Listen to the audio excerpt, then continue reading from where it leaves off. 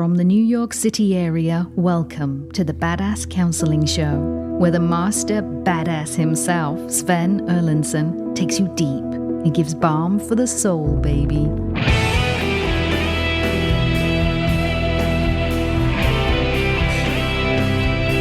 Look out, world, we are here. My name is Sven. I am the host of the Badass Counseling Show. You have found us, and it's good to have you here. I found it. Remember those bumper stickers from the 70s? Anyway, wherever you may be tuning in from, whether you are out in the barn or cleaning in the kitchen, whether you're in the warehouse on your break or you've already been out with the cattle this morning, maybe you're saddling up. Maybe you are on a long-haul drive, maybe just puttering out in the garage or sitting on your bony butt at the top of a mountain. It is great to have you here. I am joined in studio by KC, our just absolutely most creative person in this entire show, and she's over in the booth, and I've got Rob the Rocket right next to me. Good Lord, Rob, how are you? Well, you got me wrong about that. I would say I'm wearing my 10-gallon hat there, buckaroo, but since we're live streaming this, people would know I'm lying. Well, I tell you, Rob, we have so many listeners. It's no lie. We have so many listeners who are cattle folk, horse folk, farming folk. I get feedback all the time, tons of clients. And so I respect them because by about 8 in the morning, they've already done more than I'll do in a weekend or a week. I have to be careful about lying. Sven, let me ask you a question. Do you think gaslighting is on the rise now, or are you just imagining it? Oh, very clever. Well played, Rob. I read that in a magazine. Well played, or are you just imagining it, i.e. I'm gaslighting you. Well, Rob, we have two fascinating guests today, and we're taking them separately. You guys on the production team have chosen these two, and I love what you've chosen. You're starting us off with Lynn, so let's get to work, Rob. Okay, here we go. Lynn wrote in and said, my boyfriend, soon-to-be ex-boyfriend, and father of my child is abusive, verbally and a few times physically. He cheated on me the duration of our relationship. He yells and screams at me, calls me names when he gets angry, and blames me for everything that he did, cheating, abuse, etc. He refuses to accept accountability for his actions, but when he is okay, he will sometimes acknowledge the terrible things he's done and shows me so much love and affection, which gives me that small sliver of hope that it's possible for him to heal and be a better partner. However, he can switch at the drop of a dime. When we got back together, he got rid of all social media accounts, gave me access to his phone. However, if I ask him questions, he tends to blow up at me and exclaims he's doing everything right, and it's still not enough. I am still in love with him. I still feel empathy for the abuse he suffered as a child, sexual, physical, verbal abuse from multiple family members. I still want forever with him. I keep thinking if he could just get the help and treatment he needs, we could be happy together. Would like to do couples counseling. I think my codependent nature is fueling this whole thing as well. I keep trying to give him love and understanding, but all it does is anger him more, and he'll say that when I'm doing that, I'm not respecting his boundaries. There's just so much pain and damage, I don't even know if it's possible to heal any of it and move forward together. I would love for our daughter to have her mommy and daddy together and be a solid example of love, acceptance, emotional maturity, accountability, trust, stability, and so forth. Lynn, good to have you on the show. It's good to be here. Well, thanks for coming on. I'm terrified, but I'm glad to be here. No need to be terrified. Not going to hurt you. I promise you. We are not here to hurt you in any way whatsoever. Want to help you, in fact. Okay, so I want to start out a whole bunch of stuff going on here. I think for a lot of our listeners, there are just a lot of bells and whistles and sirens and red flags and all sorts of things going off. And I want to open by saying he yells and screams at me, calls me names when he gets angry, blames me for everything. Sometimes when he's okay, sometimes he'll acknowledge the terrible things he's done. And then he shows me so much love and affection. He blames me for everything. He can switch on the drop of a dime. He blow up at me, exclaim that he's doing everything right. And I keep trying to give him more love and understanding, but that seems to anger him only more. We have a daughter. My question is this, to start it off, and it's simply this. What percent, if I forced you to back you in the corner and said, I want you to put a percentage on how the percent that you are intimidated by your husband, what percent? 2%, 47%, 96.33%? Give me the percent that you are intimidated by your husband. Boyfriend, excuse me. I'm sorry. Boyfriend, yeah, boyfriend. I feel like I'm too old to say boyfriend, but yeah, boyfriend. It's hard to put a percentage on it because it's not really intimidation. It's more of wanting to keep the peace with him. So, and why do you had to put a number, wait? Yeah. Why do you want to keep the peace? Because when things are great, they're great, you know. And but what is it when they're not great? You're keeping the peace to avoid the unpeace. What are they when they're not peace? Terrible. He's ugly. He's a monster when it's bad, you know. And you don't like ugly and monster. Does it scare you when he is ugly and monster? I mean, those are pretty big, scary words. It implies that he's scary, right? Scary in the sense of I don't want him to leave. Scary in the sense of I just want him to calm down and be okay and be happy. I'm not scared of him, so to say. I'm not really. So the yelling, the screaming, the calling you names when he's angry, and the blaming, the yelling and screaming and so forth, and the sometimes him being abusive verbally and sometimes physically. None of that scares you. It doesn't scare me in that sense. It hurts. Okay. It hurts. It hurts. It really hurts a lot, and it causes a lot of damage for me emotionally. Right. But it doesn't scare me. I mean, I think it's just like, I don't think it's a good word to describe the feeling I feel. It's more of hurt and pain that I feel. Fair enough. Let me ask you this. And do you greatly dislike the hurt and the pain? Absolutely. So on one hand, we don't like using the word scary and fear and so on and so forth, you dislike it so much, the pain and the hurt of it all and the screaming, the yelling and the blaming, that you would basically do anything to avoid it, right? Yeah. You're right. While still trying to be true and not try to like sugarcoat things with him, or it's just. Okay. And so then that raises the question. So in a way, you're backing down rather than holding. Yes, absolutely. Okay. And I'm not dogging you for backing down. I have been in a relationship, abusive relationship. I get it. And I guess what I want to know is what percent are you holding your tongue? Are you backing down? Are you sort of, for lack of a better word, fearful of him hurting you? And so you're keeping your mouth shut and holding and backing down from your boundaries. What percent would you say? At least 75%. 75%. Yeah. Okay. And and if we were to extend that to, so overall in the relationship, what percent are you generally holding your tongue, not wanting to piss him off, always walking on eggshells and so on and so forth? Is that the 75% we're talking about? Well, it's probably a little bit more than 75%. Go ahead. Give me the number. What is it? Yeah. 85. Because there are moments when I can be real with him and I can talk to him and he's receptive to it. But if I had to put a number on it, it would probably be like 80-20. 80, okay. We'll say 80% of the time you are walking on eggshells, basically afraid of him going off, afraid of him losing it, hurting your feelings, blaming you for stuff he's done wrong, such as cheating. And so then let me ask you this simple question, Lynn. What is it above all else? And I hear you loud and clear that when he's great, he's great. Okay, I hear you on that, and I get that, and that feels really good, especially if you're getting your ass handed to you 80% of the time. Those quiet, soft moments feel darn good. I hear you on that. Let me ask you this. And I'm not pushing you to break up or stay. Either way, it's your life. I understand you want couples counseling. Just out of curiosity, why haven't you guys gotten couples counseling if you want it? We tried it once, right after the infidelity came to light.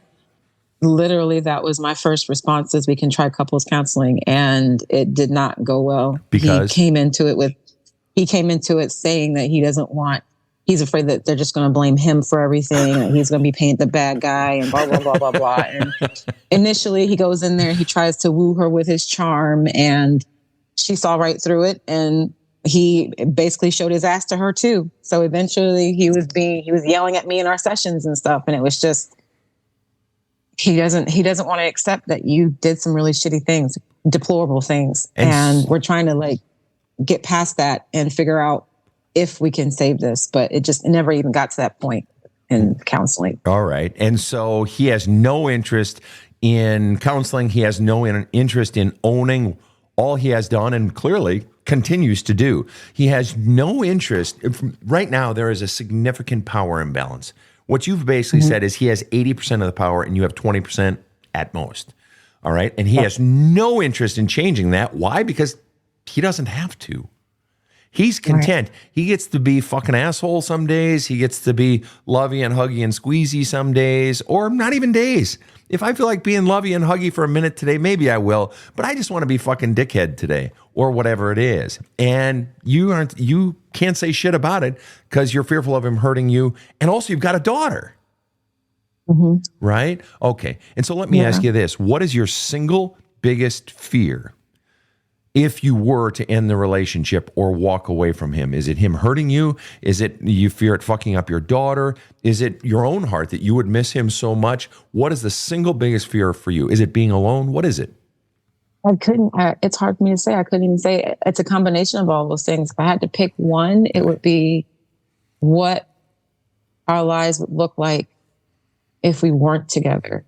I feel this weird connection, obligation, like something bond, if you want to call it like the whole trauma bond thing, whatever it is. It's just, I fear what our lives would look like if we weren't together. And let me ask you, who, when you say our lives, who are you referring to? You and him, or you and your daughter? Me, him, and my daughter. Okay. The three of us, all three of us, all of us. Yeah. Okay, and fair enough. Let me ask you this.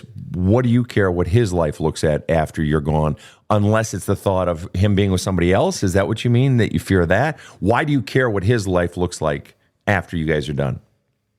Because I love him. There's fair. I mean, if I could just be as basic and simple, and it is. I love him. I genuinely have this care and love and empathy for him that I see. Like when I first met him, all I saw was pain in his eyes. Yep. And I didn't want to be his savior because I know I can't fix him, but I wanted to at least stand by him, while he did his own work, And it sounds like you have more than stood by him, and you have withstood all of the blows and all of the pain. And what's interesting is what you said there right at the end. You said, I wanted to stand by him while he did his work, but he's not doing his work, is he? He'll do bits and pieces. So he's just started counseling himself. And it's like, I feel like he does just enough and then he just loses interest or he doesn't follow through. But he started counseling again, just barely. So it's like he does just enough to say, I'm doing something, Right. And also what you have to understand, and maybe you already know this, so I'm not trying to insult you or whatever, but what we have to understand is that counseling, good counseling at least, requires someone to own the shit that they've done, the pain that they've inflicted on you, perhaps on his daughter as well.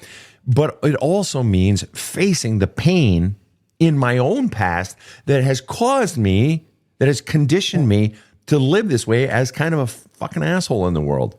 And that's a whole lot. And it's very uncomfortable. It means facing my pain, my fears, the BS beliefs I was taught about myself. It means facing that. And it's so uncomfortable. It can be so painful, so ugly, so just rip you, that it's terrifying, and people will walk away. So on one hand, he may have that in, the desire, the intent, or at least to look good, but actually doing the work is a completely different thing. And the mere fact that he won't confront it with someone who loves him so fucking much, that he doesn't want it enough for you, that's hard. Go ahead. Sometimes he'll even mention that he regrets telling me all the things from his past. I mean, because it's some ugly things that he's endured that I would never wish on anybody. And he thinks that I use that against him. And it's like, I don't use it against you. It does give me insight as to why you are the way you are, and so I'm battling with this person who doesn't want to be the project. He doesn't want to be the one with all the problems and all that stuff. And it's like, I understand that. And it's like, I don't want you to feel like a project, but I mean, there is work that needs to be done on both of our parts. I know I got my issues, because why else would I stay with this person? Fair. Fair. Let me ask you this. So you said, my biggest fear in walking away is what would our lives look like? Let me ask you if we were to drill that down, tighten that question to ask, what is the biggest fear in what your life would look like? This is going to sound weird to say that, but I'm almost afraid that I'd find happiness without him. And that's a cool statement. I love that because it's so weird, but it's cool. That means there's some meat there. There's some deep insight there. And just tell it to me as plainly as possible. You're afraid that you might be happy with someone other than him. Help me understand. Help me understand. And this might also sound weird. It's almost like, how your mother has unconditional love for you no matter what you do, no matter how ugly you are. If you scream and say, oh, I hate you, your mom always loves you regardless. A good mom, at least. Yes. that's almost how I feel towards him. Like he's done the ugliest things that most people wouldn't stand for, the ugliest of things. And I still love him and I still care about him. I still want the best for him. I still want him to be happy. Mm-hmm. And I'm afraid that if I leave him, Mm-hmm. and it's not just about him, but I'm afraid if I actually get the guts, just go ahead and just say, I'm done. I can't do this anymore. I'm sorry. Mm-hmm. But I will find that happiness without him, and that he'll be left stuck in the same cycle forever. Yep. Just constantly like doing this, that he'll have lived a life of just misery. Yeah. Like end up just dying one day and having lived a life of just misery. And you have such a gigantic heart. You have such a gigantic heart that you care so much, and you've endured so much. He cheated on you. That, boom, done. For a lot of women, for a lot of men, for a lot of non-binaries, boom, done, I'm out. Sorry, go fuck yourself. You cheated on me, go fuck yourself, I'm out. You endured that. You tried to take him to counseling. You've endured the abuse, the yelling, the screaming, the gaslighting, the everything. You have more than proven your capacity to love unconditional. You have more than proven that. You are exceptional at loving another human being. You are A+ gold star, indisputable. One problem. You kind of stink at loving yourself. And you are, and I'm not saying that as a put down, not being mean, but that's kind of, you're good at reading, but we need to work on the arithmetic a little bit, so to speak. And what I mean is, what you're fundamentally doing is that you are, and it's so beautiful. I mean that. What you've done in so many ways is so beautiful. You've given your heart, given your soul, given your life, done everything, walked on eggshells for too long, but you've done it. But the problem is you're choosing someone else's feelings over your own. You are choosing to love someone else over yourself. And that's good when the other person is reciprocating. All right. But if the other person is reciprocating, they're just going to take, and you've heard me talk about extreme takers, take advantage of you, put you down, take advantage of a situation, take advantage of the power I have over you, that you're, afraid you might move on and be without me, et cetera, et cetera. Fine. I'll keep you locked in and I'll just keep on taking. Just out of curiosity, Lynn, how long have you guys been together? For the better part of 6 years, almost. 6 years. That's a long time. Yeah. And it really, bonds you to another person and so on and so forth. And it's hard to think of the idea of walking away, showing your ass, to use your word, walking away from someone knowing they might not ever get it. They might not ever have love. They might not ever change. And you did your best. You did your best to try to save them, try to help them, try to do everything you could. And in all honesty, if we're being totally honest, on one hand, it wasn't enough. Why? Because he's got such a gaping hole in the bottom of his love cup. Why? Because he's got so much pain. He doesn't want to heal. It's too scary. Would that be accurate or inaccurate? Absolutely, yeah. What's the saddest part about that? You're crying right now, and that's okay. What's the saddest part? Because I don't want that for him. No. I've seen a life wasted. Like you want, like the old adage that, there's somebody for everybody, and stuff like that. But it's not true. I watched my grandmother, the dip into my past. I watched my grandmother be completely miserable with my grandfather her entire marriage, my entire life, and then she died. Never getting to know like happiness and peace and having a partner that respects her and loves her, and like she never had it. Her entire life, she never had it. What should she have done? What should she have done as you see it? She should have left. She should have left. Oh, wow. And she should have left, and she tried a few times, and she just came back. And I've always told myself I never want to be like my grandmother. I loved her so much and felt so sorry for her and just wanted her to be happy. And I looked at her as the example of what I don't want to be, but I see myself being that. Like Amen. I'm literally giving my life to someone. And Lynn, what would it be like to actually be in a relationship where someone gave love to you consistently and wasn't mean to you? Would you get bored? Would you get scared? Would you not believe it? Would you be like, oh, I'm just waiting for the other shoe to drop? When does the shit hit the fan? What would you wouldn't know what to do. Would you, Lynn? Come on now. Would you know what to do? Honestly, I feel like that's a possibility, but I want to believe that I'm with it enough to know that that's better than what I have now. Gotcha. And that, and I want to believe that I wouldn't get bored to the point of like sabotaging it. Right. But I in essence, I did. Me and him broke up for about 8 months because he was still doing the same thing and he cheated on me again and broke up. We're separated for 8 months and I started dating somebody else towards the end of that and was dating that person for 3 months. And, you know, they were a good guy. They were sweet to me. Their communication was like beyond what I've ever experienced with another person as far as like just being open. And all I had to do was just I could just ask him something and express a concern and he would address it. And it was awesome. Where are you going with this then?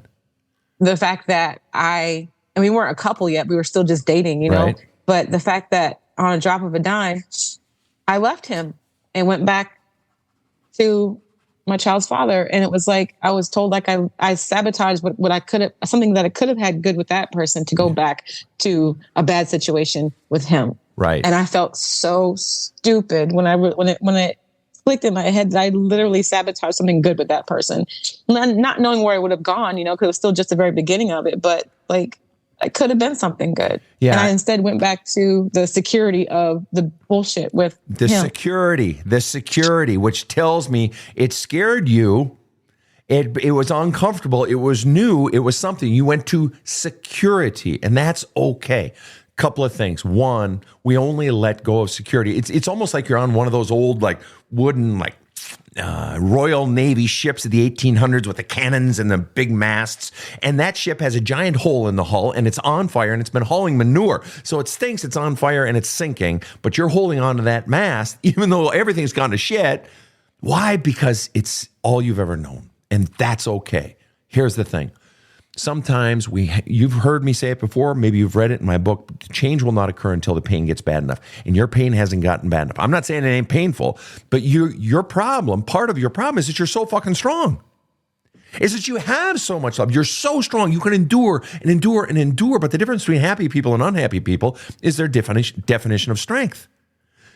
Unhappy people generally see strength as, I can take it. Oh, I can take more. Oh, I'm good. I can take more. I can take more. Happy people say, well, that's part of what strength is, but real strength is being strong enough to say, no, you don't get to treat me that way. And that's fucking scary as shit for you.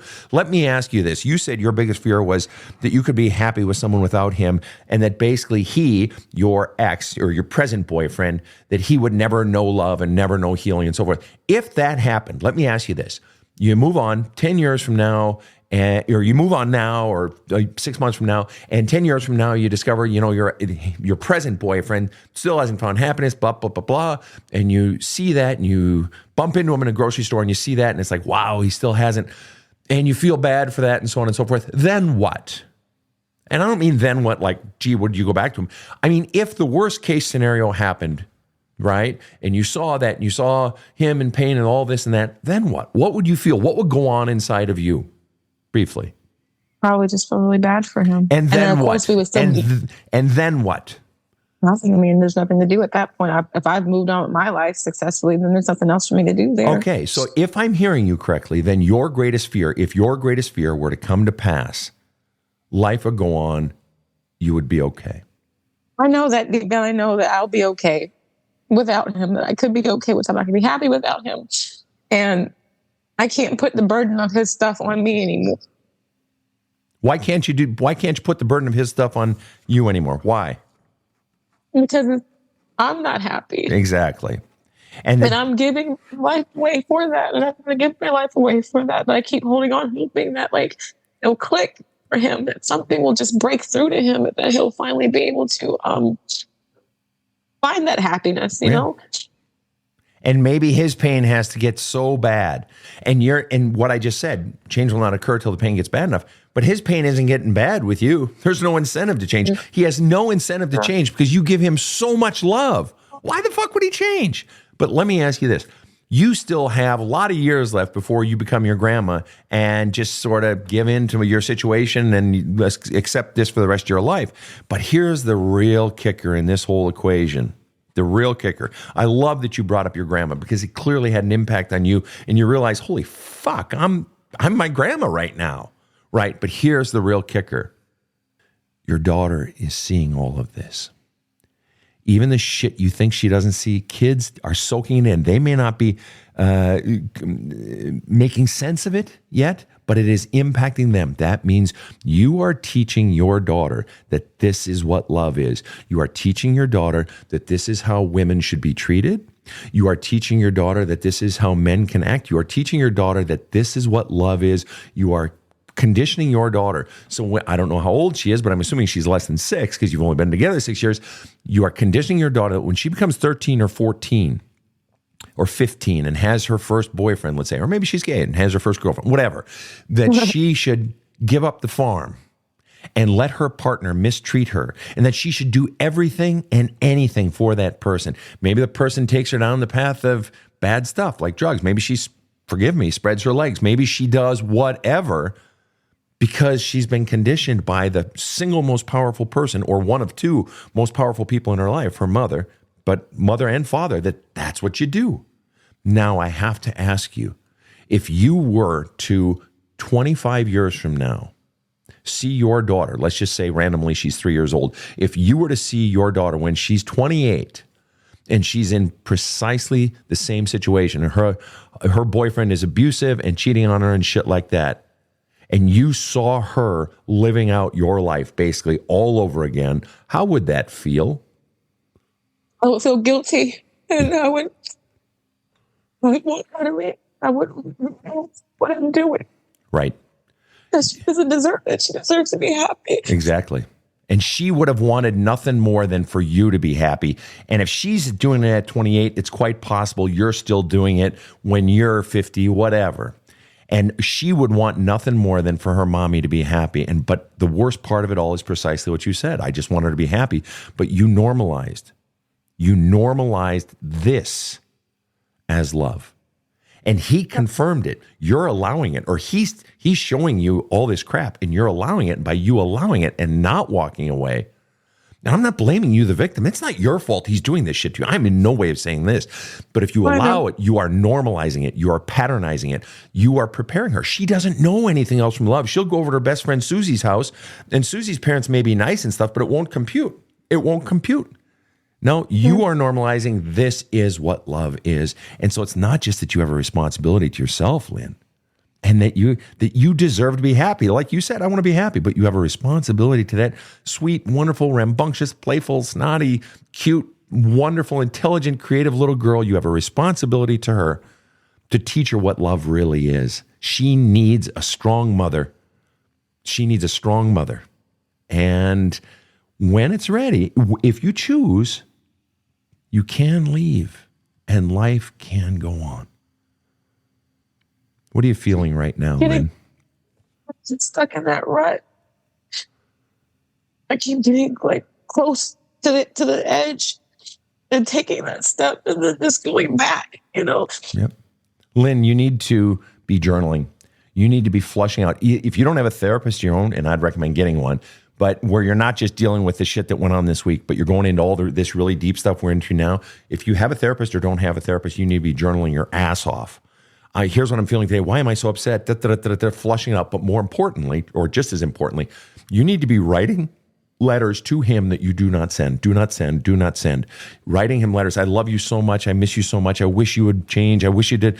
Every single feeling. I'm so fucking mad at you today. Blah, blah, blah. Every single feeling in the most powerful language possible, because what's keeping you bonded to him is that love and longing for him. It's not just wanting to save him. It's that you want him, and you want those moments, that 20%. You want it expanded into the fullness of the relationship. And it's your feelings that are keeping you looped in. And in your journaling, you need to be journaling on all your fears. You need to be flushing it out. Because right now, Lynn, you've got so much inside you, all those feelings inside you. And that's what's keeping you holding on to the mast of that ship. And that ship is fucking sinking. That's clear. And he has no interest in changing. He doesn't have to, because there's no pain point. You let him get away with it. And I'm not trying to be a dick. I'm not. No, it's true. You got to flush out all your feelings, Lynn. And the truth is, I believe in you, young lady, and I know you got it in you because you already did it once, but the follow through will happen. It'll happen the more you just flush out all the stuff that's keeping you stuck. Lynn, I want to invite you to stick around to the end of the show because we're going to be bringing our next guest in, Melissa. But wow, you went deep with me today. I'm really, really proud of you, Lynn. Thank you. There's hope, and there is a future, Lynn. And I guarantee you, the more of this work you do, I guarantee you, there is happiness waiting for you. But yeah, you got a lot of love in you. There's no doubt you are a lover. There is no doubt about that. But you got a lot of pain. A lot of pain in you too, right? Yeah.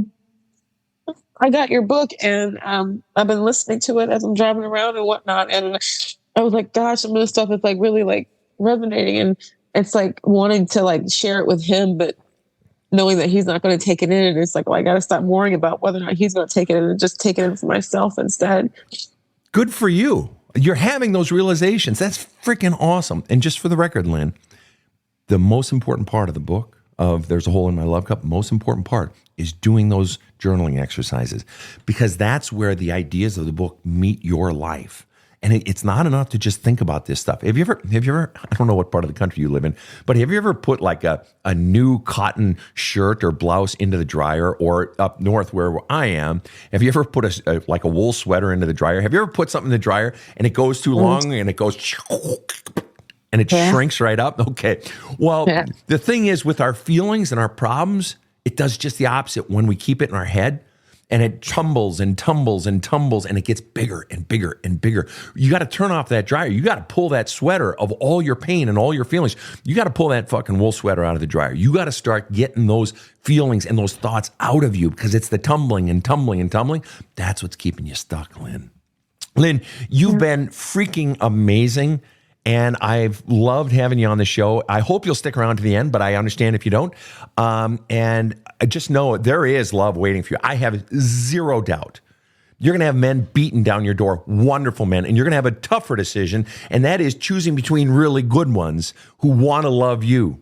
And I know you're not there yet. I know you're not ready yet. Maybe you don't even believe me, and that's fine. But I'm saying if you choose that path, there's plenty of love. But right now, where you are at, you got to flush it all out. Keep flushing out the pain, the sadness, the hurt, the betrayal, the disappointment, the rage, the hate, the love, the longing, the lust, etc. Okay? Okay. All right. Thank you so much. Thank you for coming on, Lynn. And we will be right back with Melissa after this short break. Okay. Well, you've heard the podcast. You've listened to other people's issues.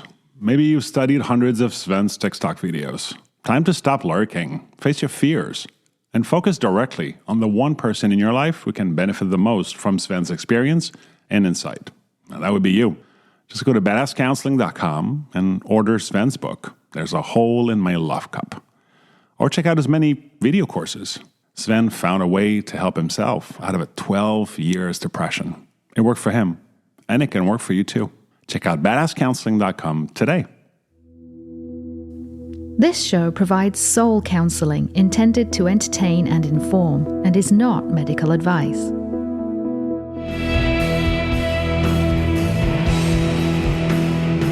Now, back to the badass.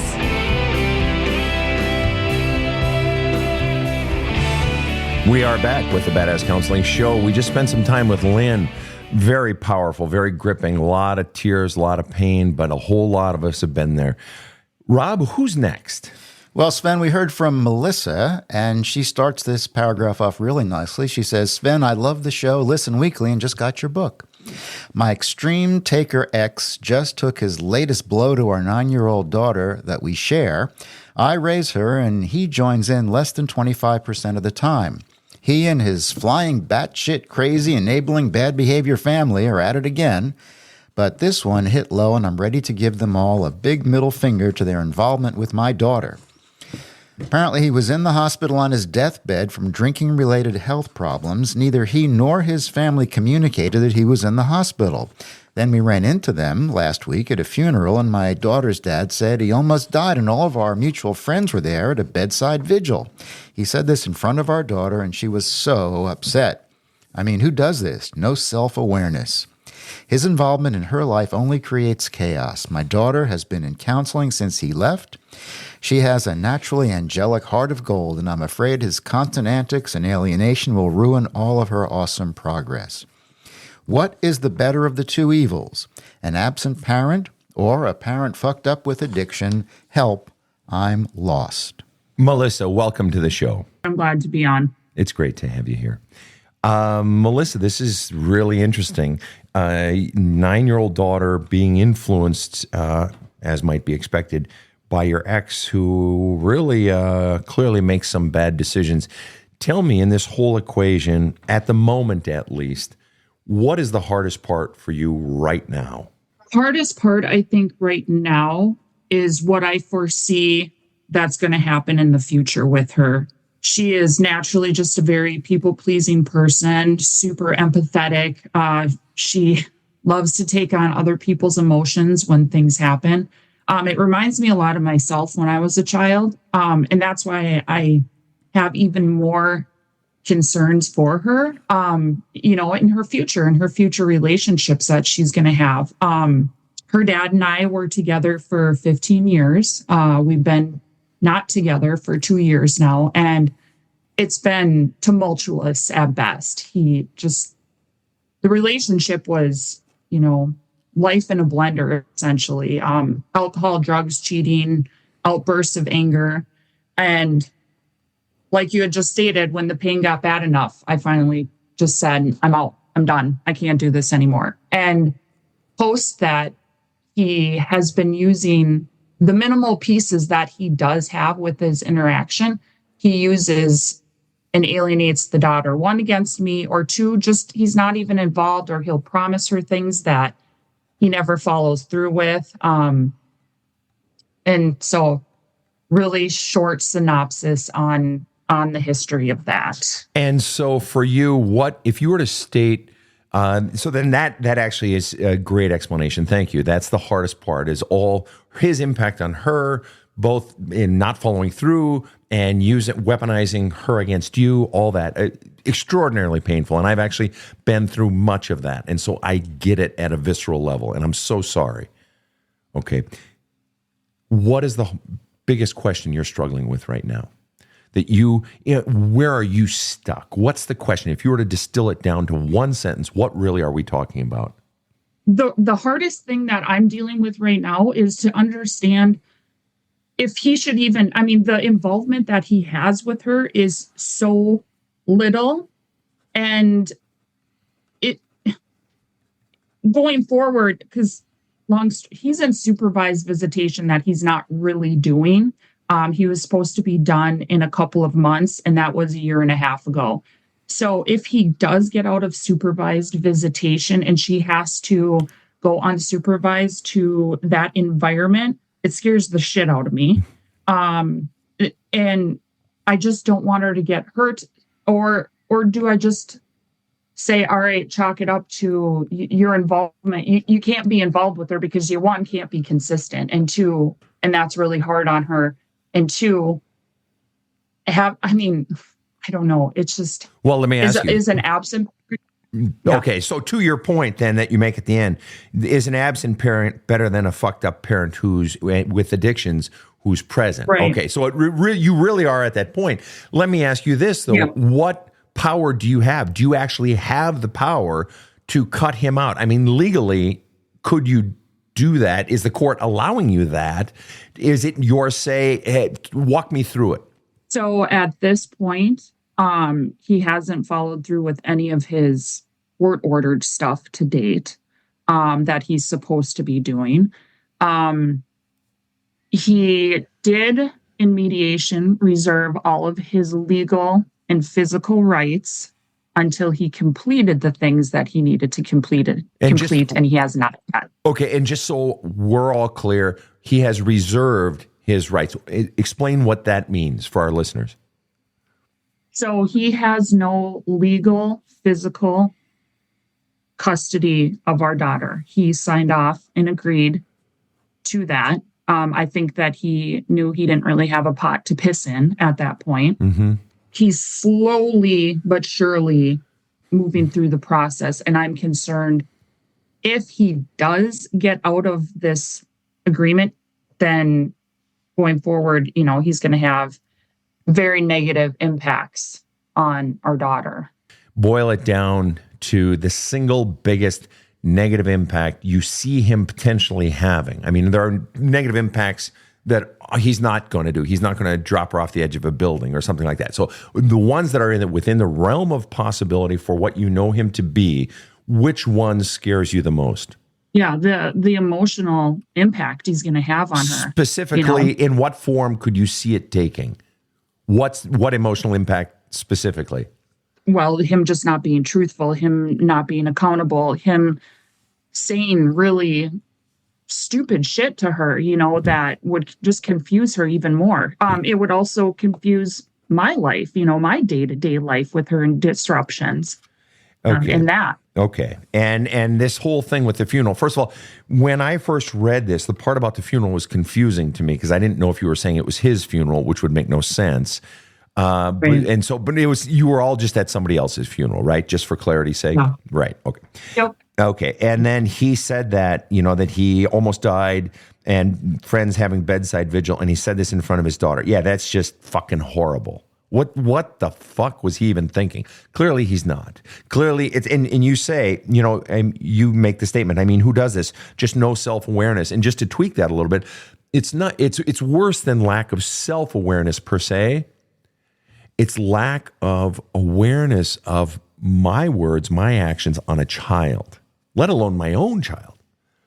And this is what so many people don't understand, that children are so incredibly sensitive, volatile, temperamental, easily influenced, so malleable that even the smallest things impact them. But something like that, it's like, you mother frickin' clueless fuck. What the hell? You can't do that. You just can't do that. Okay, so back to your daughter then. Let me ask you this. Maybe you've asked, maybe you haven't. What does your daughter want in all of this? She wants him. She wants him, right. She wants. That's it. And I talk about that in my book. The children love parents more than parents love children. And this is a classic example of it. This is a classic example where his actions so clearly indicate he doesn't love his daughter. He can say he has all the feelings, but his actions are indicating things other than love. Clearly, her heart longs for him.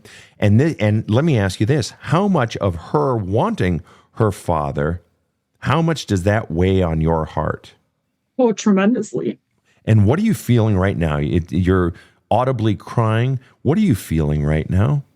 I'm feeling sad for her because I think that no matter what, she's going to be disappointed in the end. And it physically makes me hurt for her. Yeah. Generally, I am not a fan of cutting a parent out of a child's life, generally speaking. However, there are situations where the parent being cut out is bringing a net loss to the child, doing more damage than good. And you're saying that he already has minimal involvement, and it's supervised, and even that is minimal, and yet he's still in the minimal amount of impact or time he's spending with his daughter. A lot of it is negative. Am I accurate in hearing that? Correct. Yes. His phone calls with her, 50% of the time he makes them during the week, and I will say those have gotten better. He has taken his own anger away from me, leaving him, and not projecting that onto her anymore. Mm-hmm. But his involvement as far as going to her sporting events or practices, I always leave that open for him, and he just never shows up. Right. So it's just his own actions and accountability are just, it's on him. Right. And so let me ask you this. I'm going to game something else. So clearly you have all the power. You have the power to shut him out of her life completely if you wanted to. Is that correct? Yeah. Mm-hmm. Well, first of all, let me say the fact that you have not exercised that power, despite all the pain that, you've experienced at his hand. You've said he's weaponized her against you. Despite the pain that you've suffered from him, the fact that you have not weaponized your daughter and cut him out completely is an indicator that you have some measure of even-temperedness about this, that you are not using your child. And I respect that. Because it would be very easy, given that you do have the power, it would be very easy to use her, or absence in this case, to cut him out of her life to hurt him. So I applaud you for that. Let me ask you this. She wants a relationship with him and so on and so forth. Tell me the difficulty level in terms of a percentage. 0% is not difficult at all. 100% is maximum difficulty. What would be the difficulty for you? And I'm not saying you should. I'm just asking a question. What would be the difficulty level for you in cutting your daughter off from her father? If it came to that, it would be not talking legal aspect, just talking emotional and physical. It would be 80% because I feel so bad. Like, that's a pretty hard thing for me to even say. Yeah. And that's why I'm just so confused at what to do for her and what's going to be the best for her. Right. And the reason I ask that question is not because I'm selling that path, that I'm trying to get you to do that at all. I just am trying to get a feel for how much of your own feelings are getting wrapped up in this situation. And it's understandable that they would. Okay. So I'm not saying you shouldn't have feelings or you're bad or anything. I'm just saying that very often when we are swollen with our own feelings, pregnant with emotion, it can color sometimes adversely, significantly, our decision making. And if your fear of hurting her heart by, potentially cutting her father out, if that's what it came to, may be causing you to keep her in a toxic situation too long. Do you see what I'm saying? I do. Yeah, okay. That makes sense. So what you need to be doing, first of all, before we get to the bigger question, and I am getting to your question of, which is worse, which type of parent, keep them or get rid of them sort of thing. What you have to be doing is you have to be with your therapist or on your own. You need to be actively purging out all of your feelings, all of your feelings towards him, all of your sadness over her, all of your own hurt and pain and anger and rage at him, which I'm sure is there. And let me just ask it. What level rage do you have towards him, or anger or hatred, whatever word you want to use? On a percentage, how angry are you at him? I would say now, ask me 2 years ago, 150%. Uh-huh. Now 50%. And why is that? Why has it gone down? Why is it at 50% presently versus 150% 2 years ago? Because I actively cut him out of anything outside of our daughter. Understood. So he can't do his antics or, verbal or mental abuse on me anymore. Good. Good. So he's involved. Here's the thing, though, is and so you've changed the external circumstances to reduce sort of the triggers that were causing you to get heightened hate and anger, right? You've changed the external circumstances, but the feelings are still in there. They've just quieted, or you've stuck them in the vault. All those feelings from then and from now need to get out of you. That's what journaling is for. That's what writing in letters is for, to actually put those into words, because they're still in there. That's what therapy is for. That's what constant talking about it with whoever will listen. And that's less frequent because we don't want to burden our friends or whatever. But that's what that does. It flushes it out, because the feelings are still in there, even internally, even though you've changed the externals. I want to touch on one thing in particular in this equation that is very disconcerting for me. And that is, you had mentioned that your daughter is a sort of a natural giver, much like yourself, right? And let me ask you, how have you taught her, what about the word no? What about boundaries? What about, most importantly, tuning into her own feelings? And maybe it's zero, maybe it's whatever, but how much is, we often give because we so love the other person, when actually we so want their love to us. But to tune into our own feelings means acknowledging when someone is making us feel, in kids' terms, yucky. Is she able to talk about how daddy makes her feel yucky? Is she able to, and given permission to, say, no, that hurts, and so forth? Talk to me about her no. Talk to me about her boundaries. Talk to me, because is she an extreme giver, or is there a no in her? I think that she's slowly growing into a no. Why? There Why? was this, Why is she growing into the no as a result of what? well, she's been in counseling herself since the separation. And I think that has definitely helped her. It's an outside person other than mom or anybody else telling her, her feelings. It's been a great outlet. But I do, when it comes to her dad, she just wants him in any way, fashion, whether it's negative, whether it's positive. We were on our way last summer to one of the supervised visitations. It's 30 minutes away from our house. And he called because he went out drinking the night before and was not able to make it to the visitation the next morning. And she was mad. She was upset. She was crying, rightfully so. And I kept trying to call him. So finally he picked up the phone and I said, your daughter wants to talk to you. And he said, I'm so sorry. I'm so sorry. I'm just not going to be able to make it. And she goes, that's okay. And I had asked her afterwards, I said, why did you say that's okay? Because you clearly are not okay with it. And she goes, because I don't want to make him mad. She didn't say because I don't want to make him sad. She said, which would have been, gee, I have such empathy for my parents' feelings, one parent, that I don't want to make him feel sad, which is its own problem. She said, I don't want to make him mad.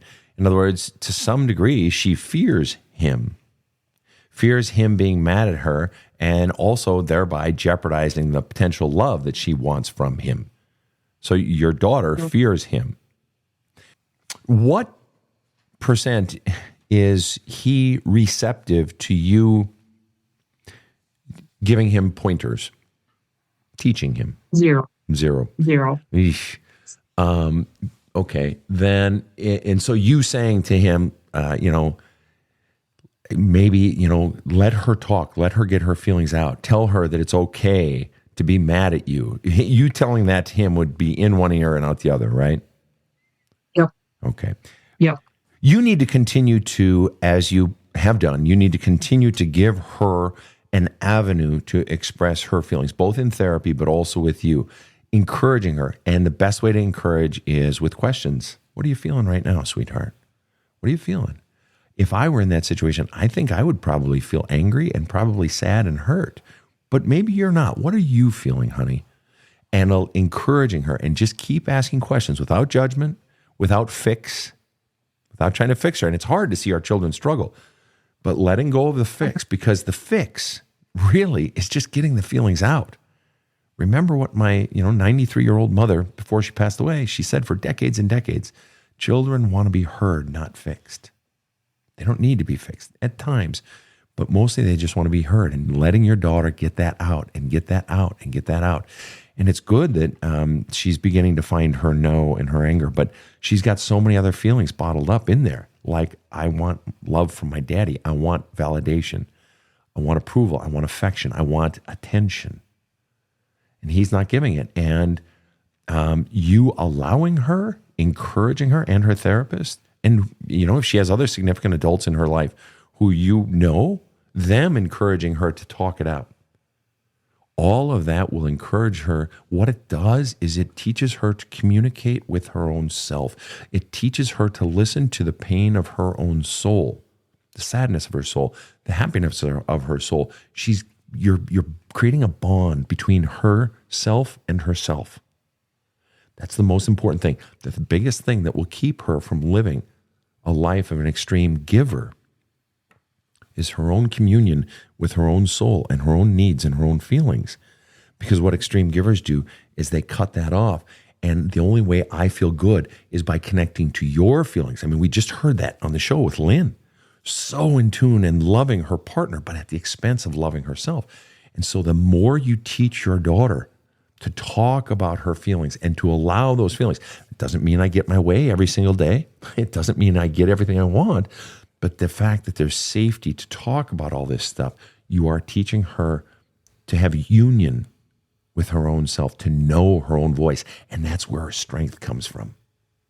Okay, so I want to go back to the original question that you posed, Melissa. The original question that you posed is, which is the better of two evils, an absent parent or a parent fucked up with addiction? Help, I'm lost. Given the present circumstances, the whole lay of the land as it is presently, with your daughter, with your daughter's father, with you, etc., what to you would be the optimal setup as you see it? Recognizing there's going to be damage in every direction. Because you basically have the power now to create basically whatever you think is best. He abdicated his custody and so on and so forth. So if you could have it your way, what would the parenting relationship look like between father and daughter? I'm leaning on it being an absent parent, knowing that potentially in her future teenage years that he could, take that out on me for doing that. Yeah, I just think that if she isn't, she's just going to be in a blender for the rest of her childhood. Okay. Her teenage years. You're crying right now. What are you feeling? Give me a feeling word right now. Sad, empathetic. What's the saddest part? What's the saddest part in this whole sadness you're feeling right now, in this whole equation? What is the single saddest part in one sentence or less? Taking that away from her. Not even, taking that option away from her is what makes me the saddest. Like, it's just either or. It's not going to be an ideal situation. But let me ask you, okay, let's play with that. Like a little child plays with a bug. Let's just play with it for a minute. You said that his phone calls during the week are actually quite good. So why not? And I'm not selling this idea. I'm asking an honest question, okay? I'm not proposing or pushing this. Why not give him calls during the week? Say, listen, you can have this and till you prove yourself. I want my daughter to have an interaction with her father, but he needs to be responsible in order to do that. So let's start with the phone calls and you fucking prove yourself and you step up and be available for her. Or why would that not work? Hey, just talk me through it. No, I do think that would possibly work. I do agree with you. My concern is when, he goes into the unsupervised visitation. He lives with a very enabling family. He lives with his dad. They're all active alcoholics, and putting her in that environment. And because I left him, I'm evil number one. I'm confused. Yeah, and I understand that. Of course you are. You are the Antichrist in his, family and you. But you just said one of the options is to make him absent parent, to basically cut him out. I asked you, what's your first choice? I mean, if you had it your way, what would it be? And you said absent parent. So that, and I believe you have the power to make that happen. So what I hear you saying is I have the power to cut him out of her life completely, which means you have the power to stop any sort of visitation. Is that what you were proposing or not? Yeah. And this is where I'm saying I'm lost. So this is probably why it's so confusing to you, or the statement. But I just, I want her to have it, but I'm leaning more towards that. If there's no changes within himself and his behaviors, I'm leaning more towards the absent parent.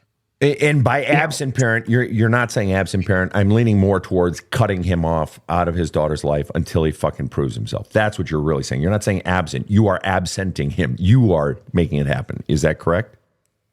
Yes. Right. Okay. And a couple of things. And you will be public enemy number one in his life, to him, to his family, and to your daughter, should you choose to do that. And so the obvious question then is, are you okay with that? I mean, to them, I don't care anymore. Okay, to them. What about him and her? What about her? That's what scares me. And what scares you the most? Is it that your daughter will hate you? Yes. Yeah, exactly. That she would hate me. Exactly. And welcome, and I'm not trying to be condescending, but welcome to the NFL. I mean, this is when parenting, where the rubber hits the road.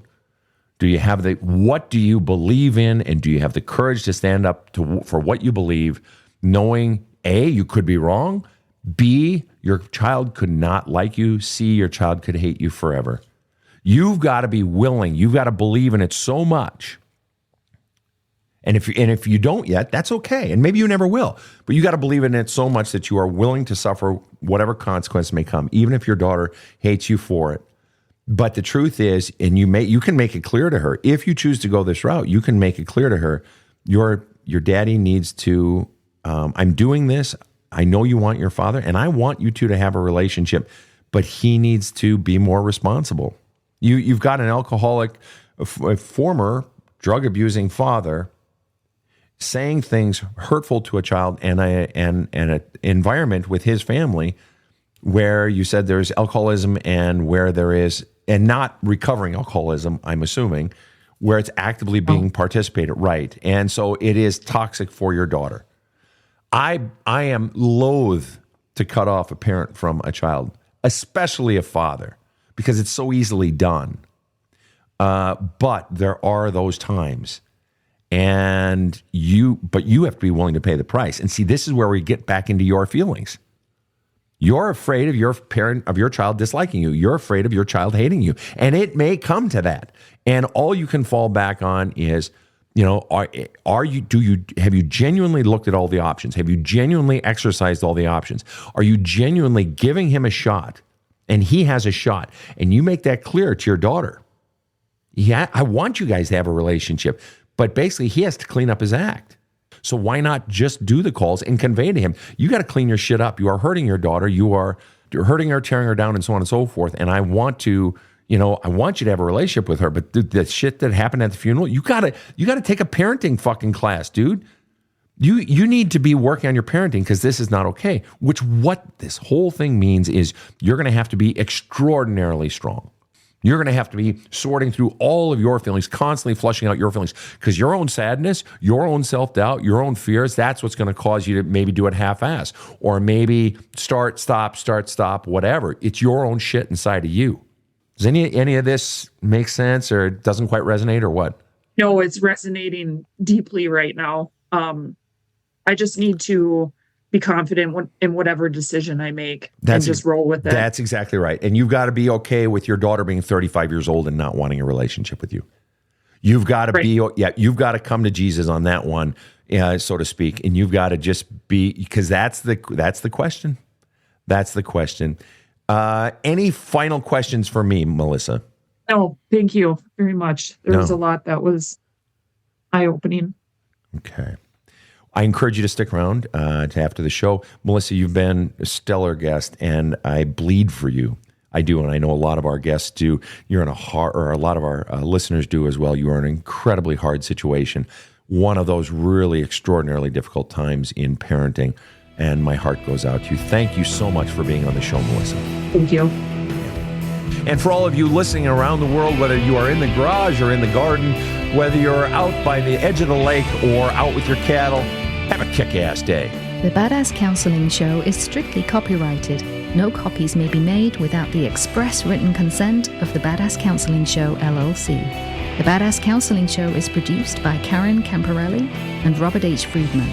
Executive producer Sven Erlandson. Original music by two-time Emmy Award-winning composer Trevor Morris. Have a kick-ass day.